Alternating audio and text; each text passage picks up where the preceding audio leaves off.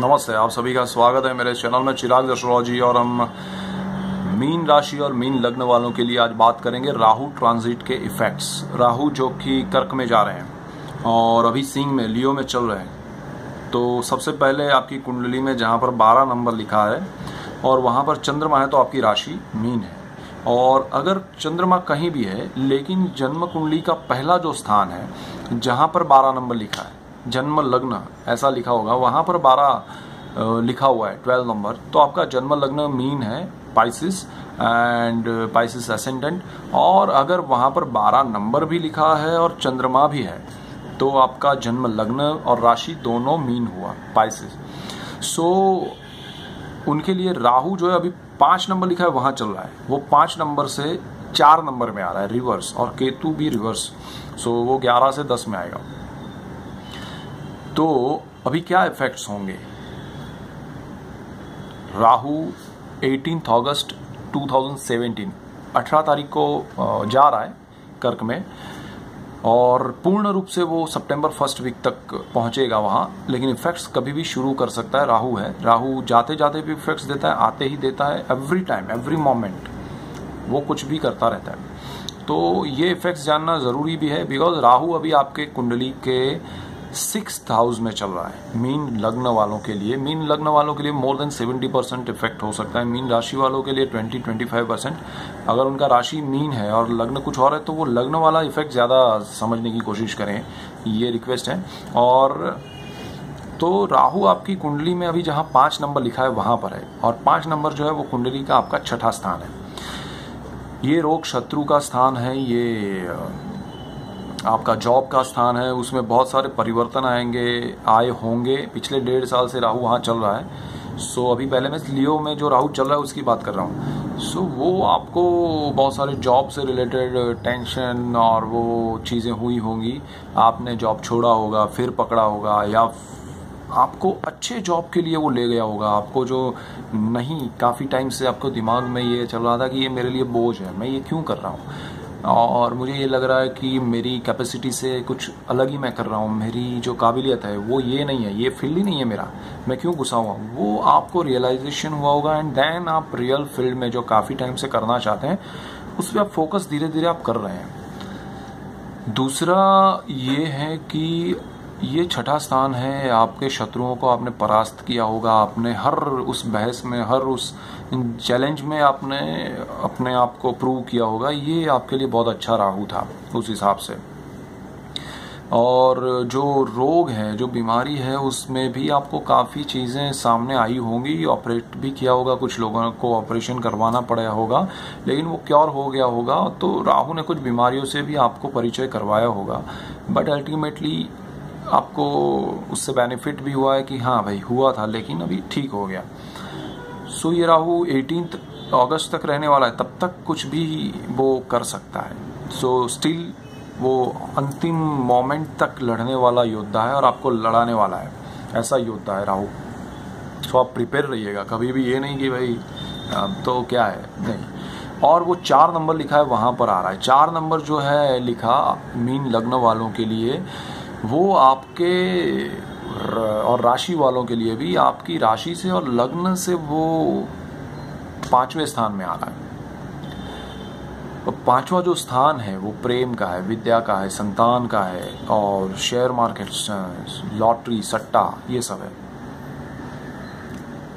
पढ़ाई का भी है, विद्या।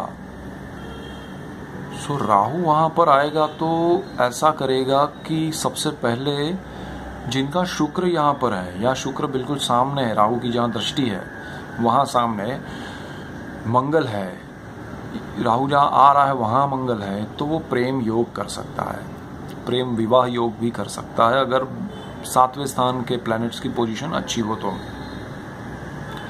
और अगर आपका ऐसा है कि भाई प्रेम में तकलीफ चल रही है तो वो दी एंड भी कर सकता है अगर वहां पर शनि के साथ कॉम्बिनेशन आया या गुरु के साथ आया तो, बिकॉज चांडाल योग होगा गुरु के साथ, सूर्य के साथ आया तो भी वो हो सकता है। थोड़ा ध्यान रखिएगा, 1.5 साल तक रहने वाला है। जिनको विद्या की बात करूं तो बहुत लोगों को बेनिफिट ये होगा कि जो लोग chemistry, pharmacy, chemicals, medicine, medical, ये सब ब्रांच से जुड़े हुए हैं, उनको ये राहु बेनिफिट देगा, उनको प्रोग्रेस कराएगा, उनको उस ब्रांच में ले जा सकता है। और वो उनके अंदर वो एक बोलते हैं ना कि अचानक से वो इच्छा पैदा करता है कि मुझे ये कुछ सीखना है, ये पढ़ना है, इसमें जाना है। सो वो चीज़ आपके साथ होगी ये राहु आने के बाद।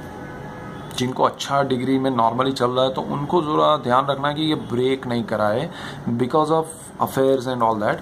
सो ये आपको ध्यान रखना पड़ेगा, बिकॉज राहु एक चीज़ में आपको पॉजिटिव रिजल्ट देगा तो दूसरे में वो नेगेटिव दे सकता है। एक ही स्थान से रिलेटेड बहुत सारी चीज़ें हैं। सो आपको बेनिफिट मिलेगा वो पता नहीं चलेगा, लॉस होगा वो दिखाई देगा, उसका रोना भी आप रोएंगे। सो आपको लगेगा कि खराब है। सो वो सब चीज़ें जो उसके अधिकार में आती है वो देना है, वो नहीं देना है, वो सारी चीज़ें वो करेगा। फिर वो आपको जिनको मेडिकल या मेडिसिन जैसे मैंने बोला, इवन केमिकल्स जो ज़मीन से निकलते हैं उससे रिलेटेड कोई ब्रांच है तो उसमें इवन क्रिएटिव, अगर चंद्र राहु का कॉम्बिनेशन हो रहा है, शुक्र राहु का कॉम्बिनेशन दृष्टि से भी हो रहा है या युति से भी हो रहा है, दोनों साथ में आ रहे हैं, राहु शुक्र पर से जा रहा है, तो आपको क्रिएटिव आर्ट्स में, चाहे वो म्यूजिक हो, ड्राइंग हो, स्कल्पचर हो, पेंटिंग हो, आर्किटेक्चर हो, इंटीरियर डेकोरेटर हो, सिविल इंजीनियरिंग हो, डांस हो, म्यूजिक हो, कुछ भी उसमें वो ले जा सकता है स्टडी के लिए। वो आपको उस ब्रांच में एडमिशन दिलाएगा, आपको पता नहीं होगा कि कैसे हो गया बट हो जाएगा, ऐसा हो सकता है। सो वो कनेक्ट करेगा आपको वहाँ पर। दूसरा जिनको शुक्र की दशा है और ऐसा कॉम्बिनेशन हो रहा है शुक्र राहु का, वो डेफिनेटली अपने घर से दूर जाएंगे सीखने के लिए कला के क्षेत्र में। वो कला का क्षेत्र बहुत ही बड़ा है, उसमें कोई भी कला में जा सकते हैं। सो ये हो सकता है। शेयर मार्केट और सट्टे से आप दूर रहिएगा। लॉटरी आपको लग सकती है, थोड़ा चांस लीजिएगा, छोटे छोटे लॉटरी के उसमें किसी को भी लग सकती है। जो लॉटरी मीन्स कि वो नहीं है कि आपने लॉटरी का टिकट लिया, वो तो होगा ही, बट ऐसा हो सकता है कि आपको सडनली कोई बड़ा बेनिफिट हो जिसको आप लॉटरी कह सकते हो कि अरे यार लॉटरी लग गई मेरी। सो दैट वे ऑल्सो आपको बेनिफिट मिल सकता है। ये राहु आपको वो दे सकता है, लेकिन सट्टा मत कीजिएगा, शेयर मार्केट में ज़रा ज़्यादा इन्वॉल्व मत रहिएगा और किसी पे डिपेंड होके ये सब चीज़ें मत कीजिएगा, वरना आपको वो बर्बादी दे देगा। तीसरी चीज़ है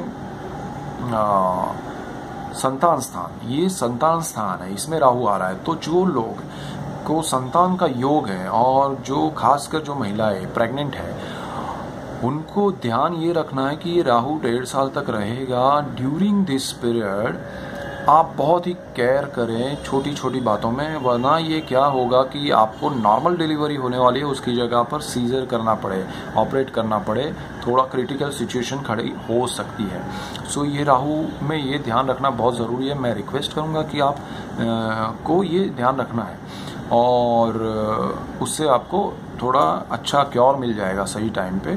और ये मेंटली प्रिपेयर रहिएगा कि ऐसा हो सकता है कि 99% चांस रहे कि आपका ऑपरेशन करके, डिलीवरी सिजेरियन करके ही हो, ऐसा हो सकता है।